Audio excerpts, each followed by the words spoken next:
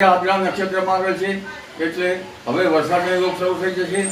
તારીખ 25મી જૂન આસપાસ લગભગ ટ્રફ લાઇન જે છે એ મધ્યપ્રદેશમાં આવશે અને ગુજરાતમાં વરસાદ થવાની શક્યતા રહેશે. એટલે હવે ધીરે ધીરે વરસાદ થશે. તારીખ 25 જૂન આસપાસ ગુજરાતના ઘણા ભાગોમાં વરસાદ થશે.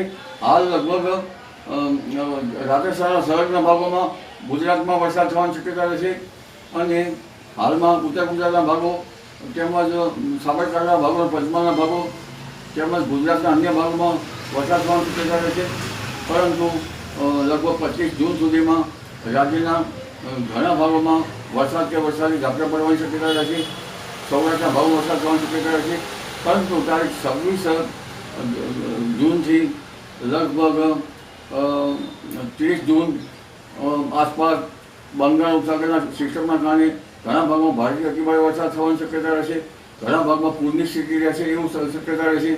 જુલાઈના પ્રથમ સપ્તાહમાં પણ બંગાળ ઉપસાગરમાં એક પછી બધી સિસ્ટમોના કારણે ગુજરાતમાં વરસાદ આવવાની શક્યતા રહેશે.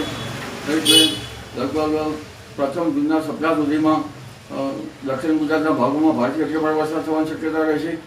દક્ષિણ સૌરાષ્ટ્રના ભાગોમાં ભારેથી અતિભારે વરસાદ થવાની શક્યતા રહેશે. મધ્ય ગુજરાતના ભાગોમાં ભારેથી અતિભારે વરસાદ